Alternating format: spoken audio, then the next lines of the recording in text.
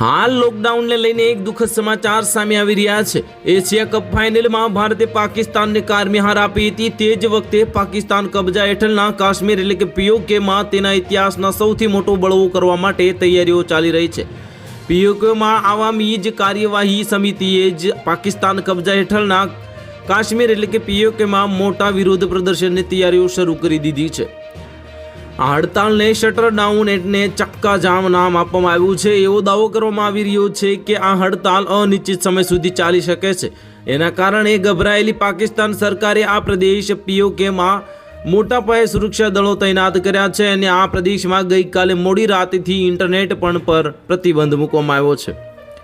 પીઓકેમાં છેલ્લા કેટલાક સમયથી સક્રિય રહેલી આવામી કાર્યવાહી સમિતિ તાજેતરના મહિનાઓમાં વધુને વધુ લોકપ્રિય બની છે। તે પીઓકેમાં રહેતા નાગરિકોનું ગઠબંધન છે।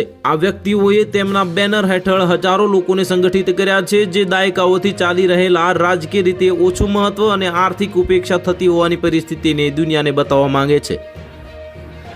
આ જૂથે 38 મુદ્દાનો ચાર્ટર બહાર પાડ્યો છે, જેમાં અનેક માળખાકીય સુધારાઓની માંગ કરવામાં આવી છે। આમાં પાકિસ્તાનમાં રહેતા કાશ્મીરી શરણાર્થીઓ માટે અનામત પીઓકે વિધાનસભામાં 12 વિધાનસભા બેઠકો નાબૂદ કરવાનો પણ સમાવેશ થાય છે અને સ્થાનિક લોકો કહે છે કે આ અનામત બેઠકનું અસ્તિત્વ પ્રતિનિધિ શાસનને નબળી પાડે છે। તો હાલ માટે આટલું જ। મળીશું નવી અપડેટ સાથે। જો તમને અમારા વિડીયો પસંદ આવતા હોય તો વિડીયોને લાઇક કરી દેજો, ચેનલને સબસ્ક્રાઇબ કરી બાજુમાં આવેલા બેલ આઇકનને દબાવી દો, જેથી તમને આવા સમાચારની અપડેટ મળતી રહે।